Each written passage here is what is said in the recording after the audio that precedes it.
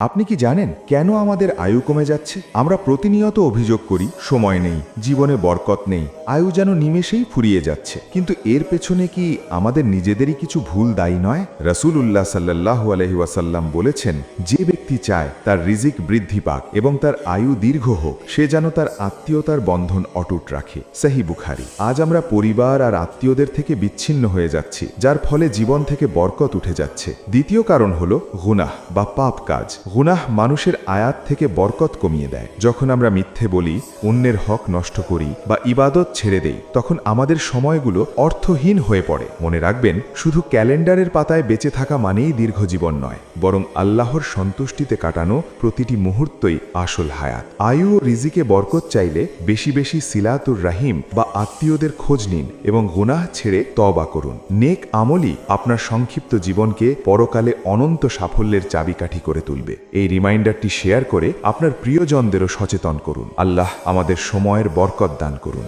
আমিন।